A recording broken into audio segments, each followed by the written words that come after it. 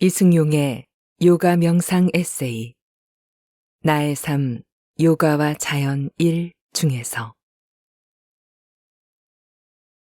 건강에 대한 재해석. 사람들이 건강해지기 위해 도장에서 요가를 수련하고 있지만 대개는 건강에 관한 정확한 인식이 부족합니다. 요즘 사람들은 대체로 어떻게 하면 질병을 극복할지 고민하면서 질병에 관해 연구합니다. 그래서 세계적으로 매년 새로운 백신과 약을 개발하기 위해 막대한 인력, 자금력, 기술력 등 많은 정신적, 물질적 에너지가 투입되고 있지요. 반면에 어떻게 건강해질 것인가에 대해서는 잘 고민하지 않습니다. 고작 병을 연구하기 위해 건강이라는 개념을 동원할 뿐이지요. 사람들이 병에 대해 연구하는 시간과 노력의 단 1%만이라도 건강해지는 것에 관심을 기울인다면 분명 건강에 대한 의식적인 변화가 생길 것이라 생각합니다. 솔직히 어떻게 건강해질 것인가에만 신경 쓰기에도 인생은 바쁩니다. 건강해지는 것에 관심을 가지면 문제가 간단합니다. 하지만 어떻게 병을 고칠까 생각하면 복잡해집니다. 세계보건기구 WHO에서 병의 종류를 130만여 종으로 분석하고 있다는데 그것을 어떻게 다 기억하겠습니까? 쉬운 방식을 놔두고 어려운 것을 택한다면 원리를 아는 사람의 입장에서는 어리석다고 봅니다. 건강은 자신에 대한 긍정적 사고와 규칙적 생활이 이루어질 때 자연스럽게 찾아옵니다. 모든 질병을 고쳐야겠다는 생각은 질병에 관해 잘못 이해해서 그런 것 같습니다. 건강하다는 것은 질병에 한 번도 걸리지 않는 것이 아닙니다. 예를 들어 폐렴까지 가지 않는 범위 내에서 감기를 고칠 수 있다면 오히려 감기와 폐렴에 대한 면역 체계를 강화시켜 폐렴에 걸릴 확률이 더 적어질 수도 있습니다. 간염도 마찬가지로 면역 체계가 생기면 백신을 맞지 않아도 됩니다. 우리는 경우에 따라 질병이 더 큰 건강을 위한 씨앗과 밑거름이 될 수 있다고 긍정적으로 이해해야 합니다. 질병에 걸린 후 자연적인 방법으로 고치면 면역성이 좋아져 오히려 더 건강해질 수 있습니다. 일반적으로 동양의학에서 약초라는 것도 추출액을 말하는데 약초의 약효 성분은 대개 식물의 입장에서는 자기를 보호하기 위한 독성을 의미합니다. 따라서 어떤 경우에는 독이 약의 역할을 하고 약이 독의 역할을 하기도 합니다. 살다 보면 나쁜 친구가 도움이 될 때가 있는 것처럼 말이죠. 그 친구를 보며 나는 저렇게 살지 말아야지 하고 다짐할 수 있다면 친구의 그릇됨이 내 삶에 긍정적인 영향을 주는 타산지석에 이칩니다. 동양학적인 사유체계에서는 좋고 나쁨을 너무 극단적으로 구별하지 않으며 그 의미를 잘 이해하여 둘이면서 하나이고 하나이면서 둘로 봅니다. 옛날에는 부족장 또는 추장 등 어떻게 이름 불려졌든지 그런 시대의 모든 리더는 단순한 정치 지도자를 넘어서 제사장이었습니다.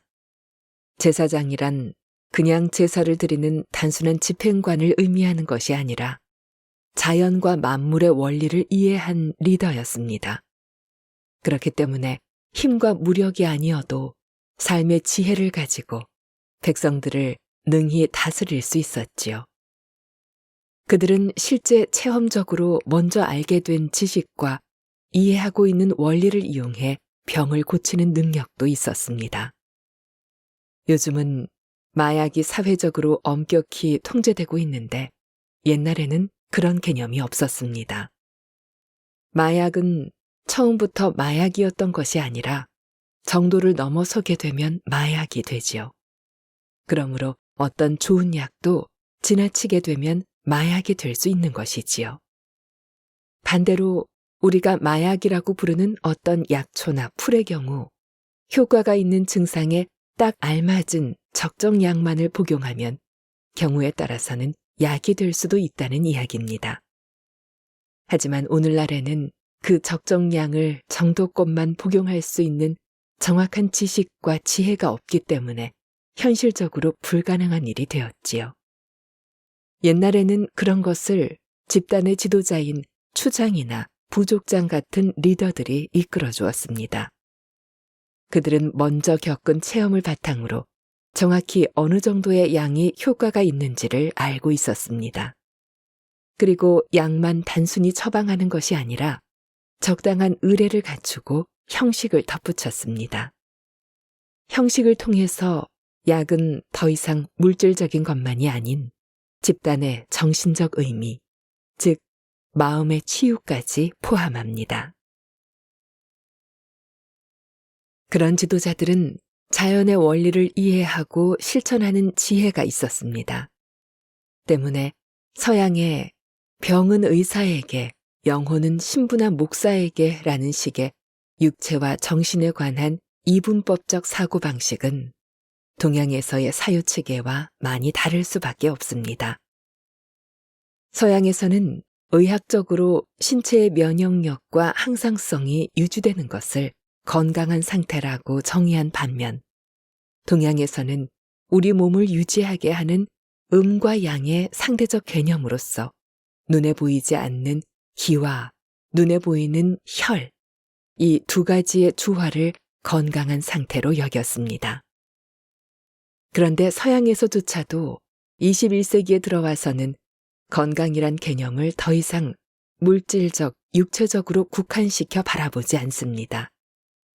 건강에 대한 기존의 관점, 즉 질병이 없는 육체적, 정신적, 사회적 안녕이라고 정의한 건강의 개념에서 한 가지 더 동양적인 개념인 기와 영적인 개념을 추가한 것이 그 예라고 할 수 있습니다.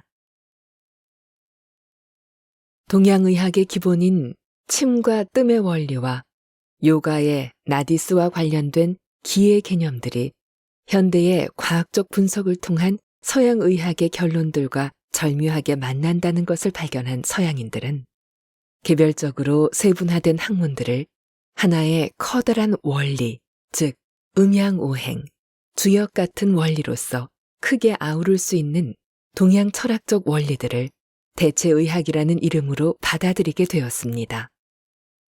다시 말해 건강을 생각할 때 오감으로서 감지되는 범위 밖에 어떠한 근본적인 원리가 있고 서양에서도 그것이 인간에게 미치는 실제적인 영향력을 인정하기 시작했다는 말입니다. 그러므로 이제 우리나라에서도 이렇게 변화하는 건강 문화를 좀 더 넓은 시각으로 바라보는 의식의 전환이 일어나야 합니다. 건강에 대한 의식 전환이 절실한 때입니다.